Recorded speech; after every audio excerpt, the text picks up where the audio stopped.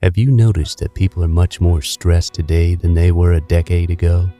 Now, we don't think positively enough. We don't trust our fellow humans enough.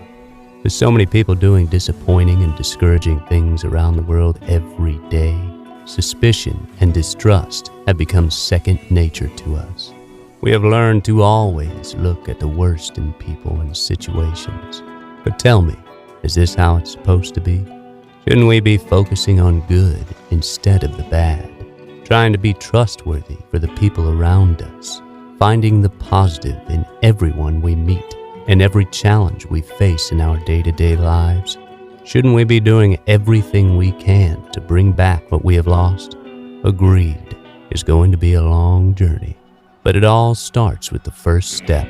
So let's start today, because we know that we already have Affordable One, restoring belief in something better.